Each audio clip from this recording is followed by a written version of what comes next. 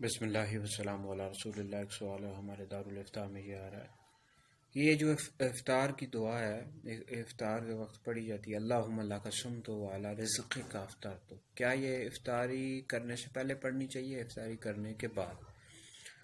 تو اس حوالے سے ہماری جو تحقیق ہے اس کے مطابق یہ دعا افطار کے بعد پڑھنی چاہیے، اور سنت بھی یہی ہے کہ افطاری کے بعد یہ دعا پڑھی جائے۔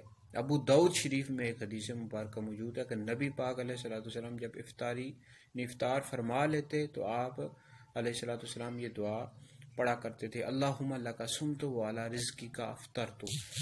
تو مرقات المفاتیح میں بھی یہ موجود ہے کہ افطار کے بعد یہ دعا پڑھنی چاہیے۔ اس طرح اعلیٰ حضرت نے فتاویٰ رضویہ جلد نمبر 10 میں یہ لکھا ہے کہ افطار کرنے کے بعد یہ دعا پڑھنی چاہیے۔